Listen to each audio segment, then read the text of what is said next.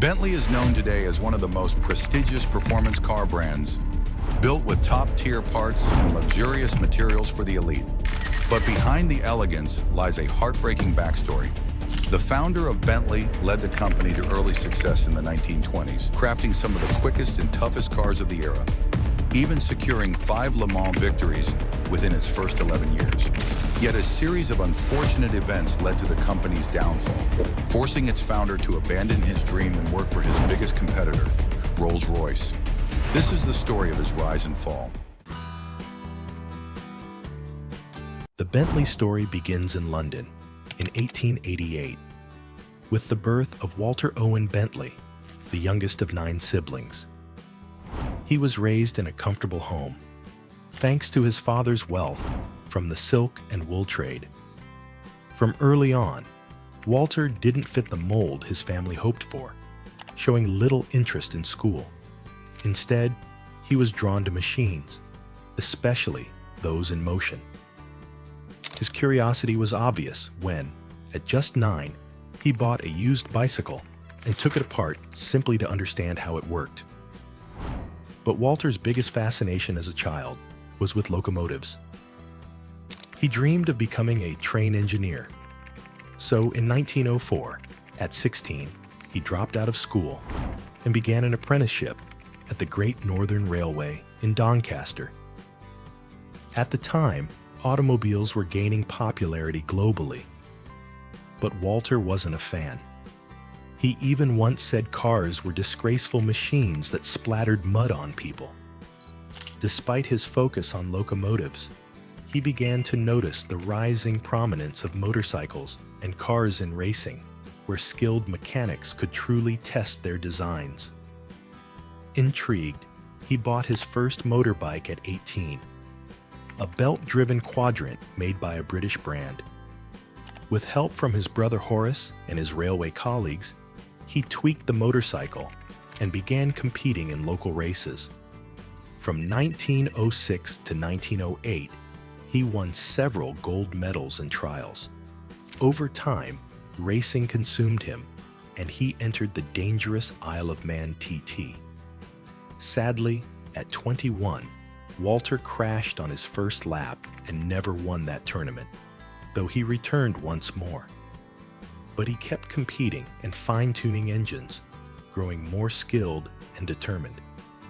Eventually, cars, which he once despised, started capturing his full attention. In 1910, at age 22, Walter began working at the National Motor Cab Company in Hammersmith, overseeing maintenance of hundreds of Unix cabs. Though the work was demanding, he became completely invested in automobiles and their engines. But 2 years later, he rushed home after learning of his mother's passing. While there, he learned she had left him £2,000. With that inheritance, he faced a choice: return to his job or gamble everything on starting a car business. He chose the latter. He opened a shop in London and sold French-made cars from Doria, Flandrin, and Perrant. Soon, he and his brother Horace bought the franchise, renamed it Bentley and Bentley, and started racing to promote their new business. To build credibility, the Bentley brothers continued tuning and refining engines. They showcased their cars in races, setting records like a 10-lap run at Brooklands for a 2.0-liter car, clocking in at 66.7 miles per hour. Despite this achievement, Walter still wasn't impressed. He felt the cars were too heavy and figured making them lighter would unlock more performance. Soon after, the brothers traveled to France. While visiting, Walter came across a shiny piece of lightweight alloy. Intrigued, he picked it up and realized it was made from aluminum, a much lighter alternative to the standard cast iron or steel used for engine pistons at the time. Aluminum pistons weren't practical yet. The metal was too soft and had poor heat resistance, making it prone to melting under engine conditions. But Walter believed in its potential. He began experimenting with various chemical blends to improve its durability. After trial and error, he landed on a composition of 88% aluminum and 12% copper. The result was a piston strong enough to withstand the heat, yet light enough to enhance performance. His new pistons worked beautifully. Cars became lighter and quicker, and performance noticeably improved. By 1913 and 1914, Bentley was smashing speed records. He broke the half-mile record at Brooklands with a top speed of 89.7 miles per hour. These racing achievements earned the brothers more attention and press, setting the stage for their ultimate goal, to build their own cars. But just as Walter was preparing to launch his dream company, World War I broke out. Plans came to a halt as engineers across Britain stopped competing and instead contributed to the war effort. Walter revealed his piston design to Henry Royce of Rolls-Royce, who used it in the Rolls-Royce Eagle engine, a key aircraft engine for the British forces. Meanwhile, the British government assigned Walter to develop a better aircraft engine. Using his aluminum alloy pistons, he designed the Bentley BR-1, a rotary aircraft engine. It solved overheating problems common in older engines and became one of Britain's most effective engines during the war. Walter's work helped win battles in the sky and strengthened Britain's air power. After the war ended, Walter was honored with an MBE and awarded £8,000 by the Commission for Awards to Inventors, a well-earned reward for his engineering contributions. More importantly, it gave him the capital he needed to finally build his own automotive company. In 1919, Bentley Motors was born. Walter's vision was simple and bold. We're going to make a fast car, a good car, the best in its class. That slogan became the foundation of Bentley Motors, a company built on performance, durability, and quality. Today, it's hard to imagine just how difficult it was to learn mechanical skills back then. Walter Bentley spent years gaining hands-on experience through apprenticeships, trial, and error.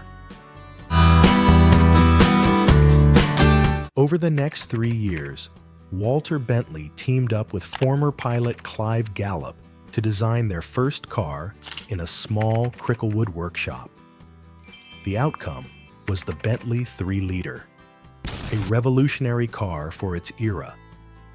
It featured the first production engine with 4 valves per cylinder, dual spark plugs, and an overhead camshaft. It wasn't just built for looks. It was made to perform. They wasted no time putting the car to the test. It appeared in local races and hill climb competitions, where it quickly earned a name for itself. The 3 liters combination of style and speed made it a sensation. In 1922, Bentley took the car to the United States to compete in the prestigious Indianapolis 500. It finished in 13th place, a remarkable debut for a brand new manufacturer. Encouraged by the car's strength and endurance, fans suggested entering the first 24 hours of Le Mans in 1923. Walter, however, was skeptical.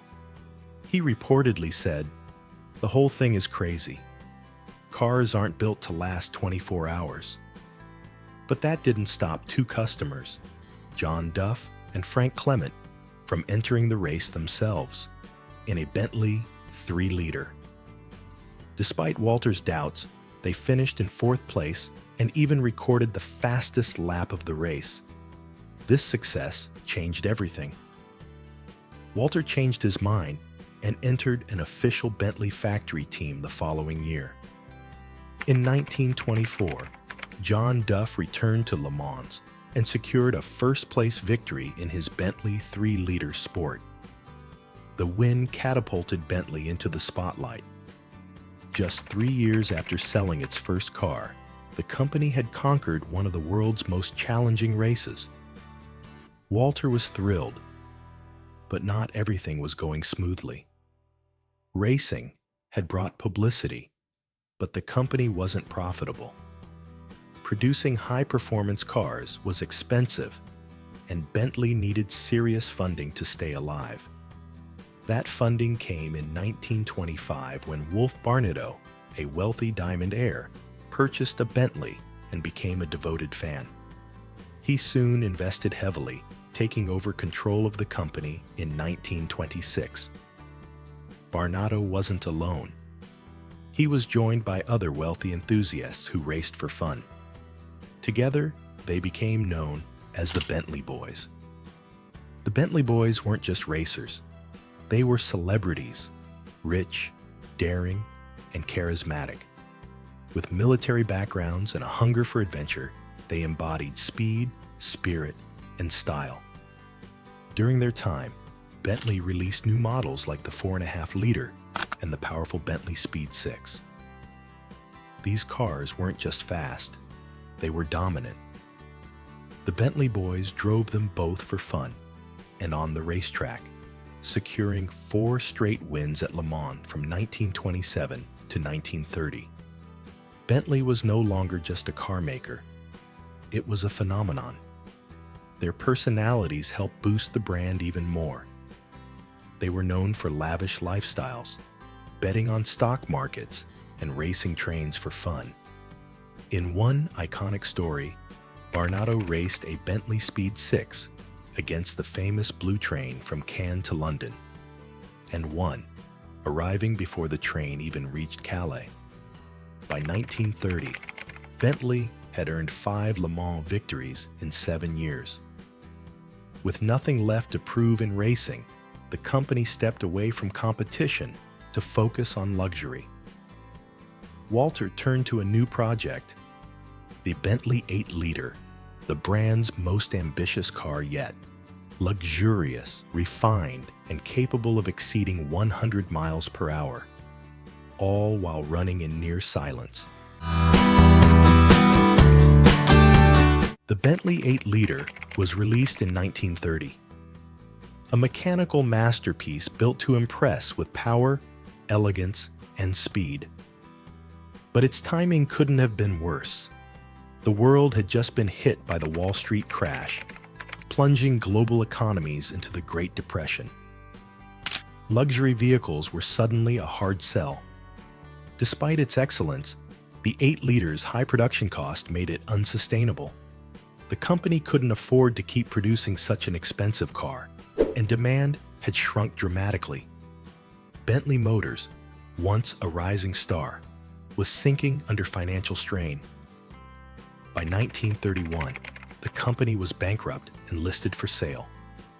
A mysterious firm emerged to buy it, and many hoped Bentley would continue independently. But that anonymous firm turned out to be none other than Rolls-Royce, Bentley's chief rival. The move shocked everyone.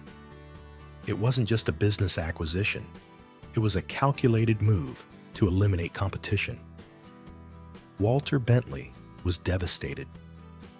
His creation had been taken from him and absorbed by the very competitor he had tried to beat.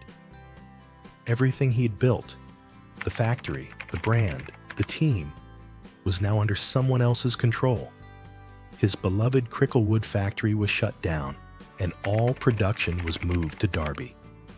To make matters worse, Walter's personal life unraveled.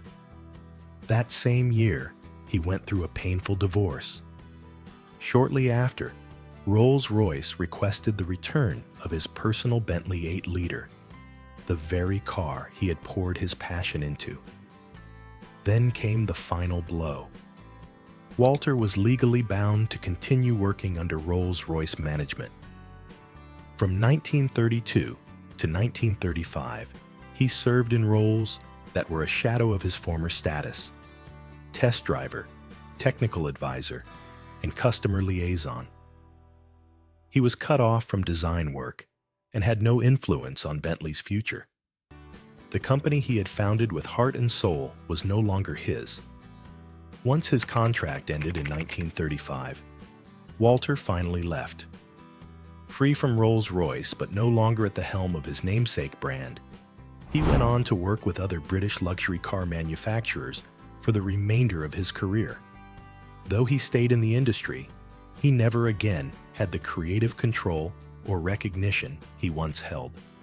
Walter Owen Bentley passed away in 1971 at the age of 82. He left behind no children, just a legacy marked by brilliance, heartbreak, and perseverance. Bentley Motors, now under Rolls-Royce, resumed car production in 1933. Their first model was the 3.5-liter, marketed as the silent sports car. But the soul of Bentley, its daring racing spirit, was missing. Throughout the decades, Bentley cars under Rolls-Royce were stylish and well-made, but largely indistinguishable from their Rolls-Royce counterparts. They shared engines, chassis, and designs. Only their badges and grills set them apart, frustrating longtime fans of the original Bentley legacy. Sales struggled, accounting for just 5% of Rolls-Royce production. And in the 1970s, Rolls-Royce itself faced a financial collapse.